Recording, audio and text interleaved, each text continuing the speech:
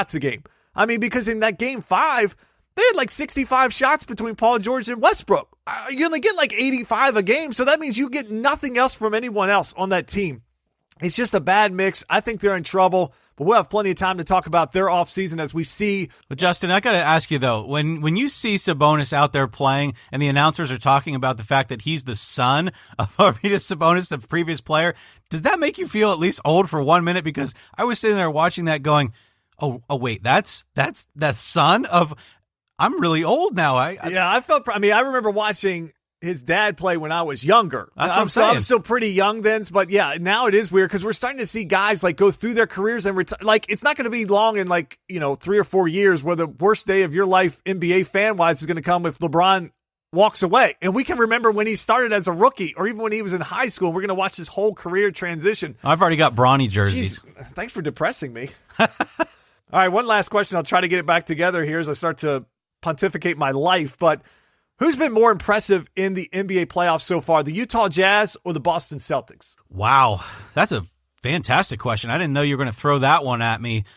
I got to say the Boston Celtics. I mean, and that doesn't take anything away from the Utah Jazz. The Utah Jazz series, I watched every minute of it. Phenomenal series and phenomenal team basketball.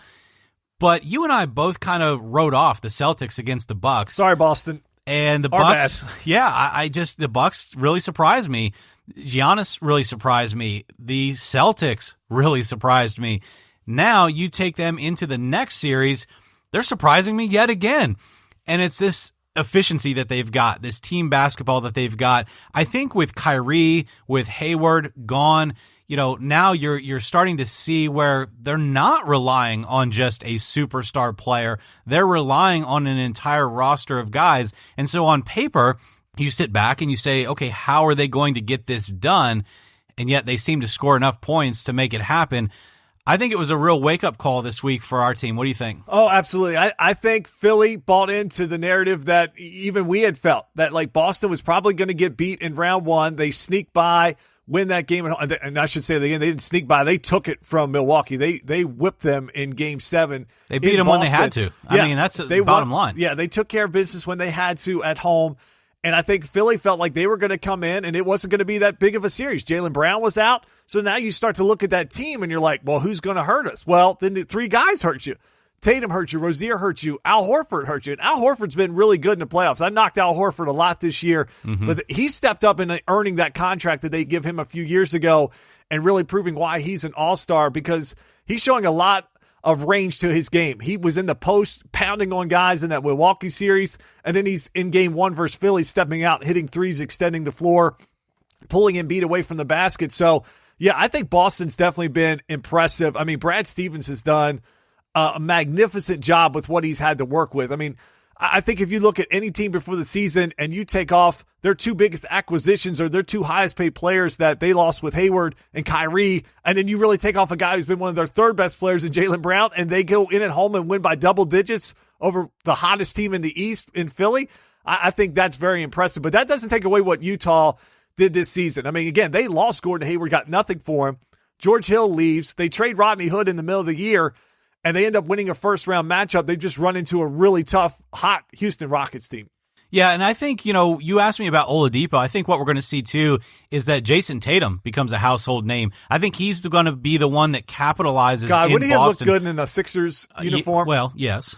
But Tatum, wow. I mean, he is going to capitalize on this, and he played phenomenal, and he's exciting to watch. Yeah, Philly-Boston for a long time in the East is going to be really good. And the next 5, 6, 7 years with these 2 teams, I mean, because they're all young. And as long as Simmons re-signs with them and Kyrie re-ups with Boston, they're going to stay young for a while because they've got their guys sort of locked in, especially these rookies. Embiid's already signed. And then you start to look at some of the free agent talk of, would a Paul George or LeBron or someone end up in Philly? And then, even there's been talk from Dwayne Wade, and I've heard Shaq talk about it on TNT about Kawhi and possibly Boston. So there's a lot of moving parts this offseason that's going to make this rivalry good. But I think these are going to be the 2 teams that are going to battle back and forth for a long time in the East. Well, that's a wrap for segment one. When we come back, it's NFL draft talk time. We'll talk about what the Browns did at number 1 and 4. Did they make the right moves? Did the Giants make a mistake not taking a quarterback? And what did the New England Patriots do over the weekend? Did they make a mistake not taking a quarterback, or what's their long-term plan? We'll have all that and more when we come back.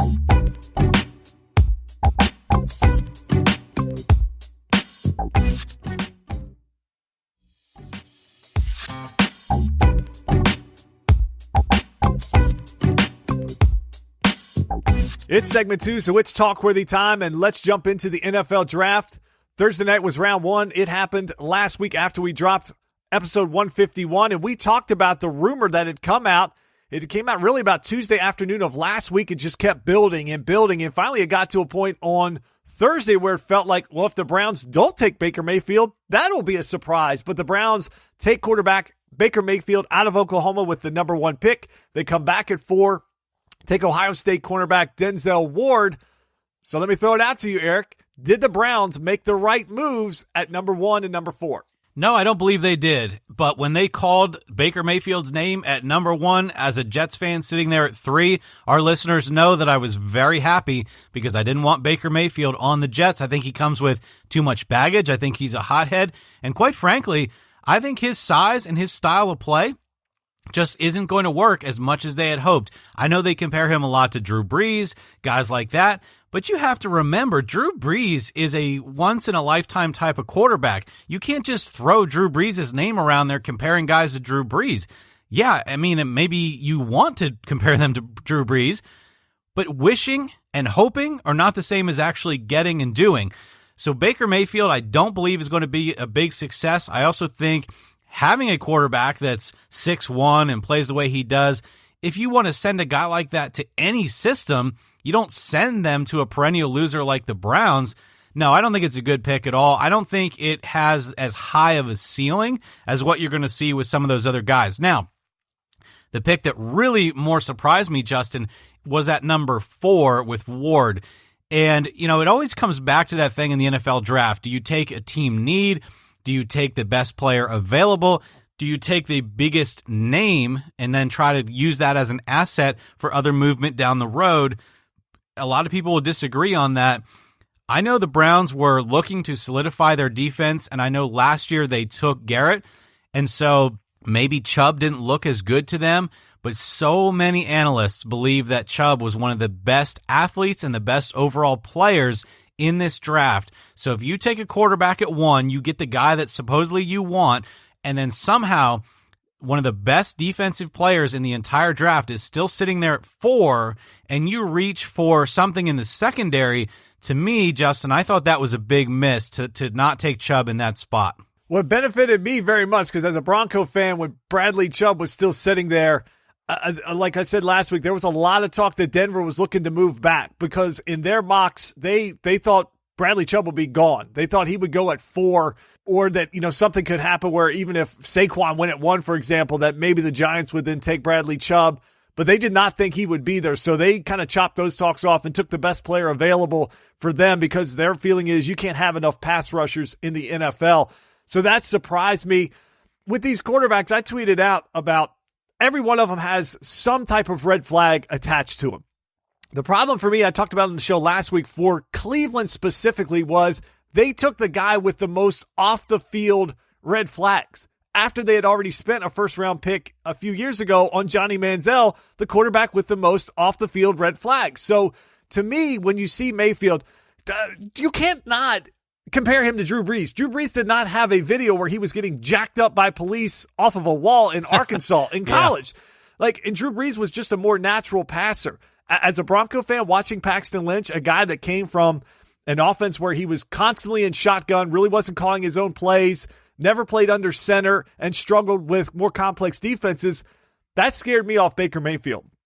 All the other stuff, I felt like I could live with as a Bronco fan if he came there, but watching how Paxton Lynch has struggled really scared me with what Mayfield. Now, I know he's been supposedly a wizard on the board, and he really understands. That's all good and great. But if he goes out and screws up off the field, it's going to look really bad on everybody in Cleveland's front office. And I just think there were safer plays there. And then they come back at 4. Okay, if you want a corner, then why not try to work something with Buffalo where you trade back, you get more assets, and then maybe you come back up to number 7 with Tampa, who was ready to move for basically swapping first and 2 twos. Like, you could have gotten back and got your corner, maybe added another pick. Instead, you reached at 4 for a guy in a draft that was deep at cornerback. So I felt like that's what I didn't get. They could have got a corner later. Yeah, I felt like they could have taken the best available, and it even brings back to the argument of taking the best available players. I don't think Baker Mayfield was going at 2 or at 3, where I feel like they could have taken Barkley if they felt like he was the best player in this draft at 1 and come back and got Mayfield at 4. They were sitting there at the first pick on day 2. They could have gotten a corner or moved back in because there was a lot of good corners that went late in round 1. So we don't understand as fans what's going to happen with these drafts. These grades come out. Nobody looks at like 2 years back and says, hey, Kuiper, or hey, whoever's doing these gradings, you screwed up. Like, even looking back last year, like the Saints got like a B-, and they had Kamara and Williams and Lattimore that all played for them. So no one ever looks back at that. We're just projecting based off the moves guys make, where they're available, and what the teams do. I just felt like the Browns had the ability to take 3 of the best players, and I'm not sure that they did that. It felt like they started kind of reaching with the 4th pick, and even in round 2 where they started filling in, they got Chubb. But did they get the best running back? No, he was 4th or 5th off the board at that point. So that just confused me with them. But projecting out, I'm okay that they took Mayfield because everybody else has red flags too. If you're sold on that guy from your scouting department, your GM, and your head coach, if you all think he's the best player, then you got to take him and ride with it. But you got to know if he doesn't work out, you're all fired. Yeah, and what's interesting to me is that it was rumored, and again, like you said, we don't know as fans what's going on behind the scenes. A lot of this could be smoke and mirrors. A lot of it could be lies. We thought that the Giants, if they were going to take a quarterback, they were high on Sam Darnold, it seemed. And so when the Browns take Mayfield, it's like, okay, if the Giants are going to take a QB, it's going to be Darnold. They roll out the pick of Saquon Barkley. That left me as a Jets fan at 3 thinking, okay, is it going to be Darnold? Is it going to be Rosen? Potentially Allen. I've got, high on Allen as far as his ceiling. I think Rosen and Darnold are by far the safer plays. Darnold probably being the safest play. So you look at the Jets now at 3. They take Darnold. And as we just discussed, then the Browns at 4 take Ward. Your Broncos take Chubb. So just real quick, Justin, I think what kind of gets me is this whole Browns aura, this whole draft. I know I had a slip of the tongue last week, which was pretty funny when I said Chris Couch, but Tim Couch. I mean, all of these draft picks throughout history that the Browns make, and I look at it and say, okay, 5 years from now, you have Mayfield and Ward, where you could have had Darnold and Chubb, let's say, because I thought the Browns would take Darnold 1 and roll back around and take, because that would leave the Giants not getting Darnold. They would take Barkley, which they did anyway. That would leave the Jets probably making the mistake on Mayfield and then dropping Chubb to 4 with the Browns. So I put a poll on Twitter that said, out of the 2 combos, Darnold and Chubb or Mayfield and Ward, which combo is going to have the longer career? 71% of the people who responded said Darnold and Chubb are going to have the better and lengthier NFL careers. I hope that's true. So there you have it. Twitter has spoken. And it sounds like a lot of people agree with us, Justin, that the Browns taking Mayfield and Ward made a whole lot less sense than maybe taking Darnold or Barkley and then Chubb. I just think the positions that they picked are 2 positions that you see bust all the time. Quarterback, we've talked about, is really a 50-50 proposition. And how many corners do you see get drafted that struggle? Not everybody's Jalen Ramsey. A lot of them on the Jets. There's a lot that go through. I mean, Mo Claiborne was a guy that Dallas took high, and now he's on the Jets. He didn't pan out in Dallas the way they thought, and they spent a lot of assets to trade up to that pick and then take him, and he never worked out. So, and then you have to worry about, remember, Mayfield planted the Oklahoma flag on Ohio State's field, so that should be some fun practices with Ward and Mayfield. I mean, I expect those 2 will probably be rolling around somewhere fighting about that. But you brought up an interesting point on the Giants. We know Eli's age. We've kind of seen his play deteriorate. There's been this kind of, well, is it based on the fact that it's such a bad offensive line? They have no running game, so you're putting all this on Eli, and other quarterbacks would struggle. But that doesn't take away from the fact that Giants were the number 2 pick in a draft where they basically had the pick of the litter in terms of quarterbacks, and really the one they probably weren't going to take was off the board at 1.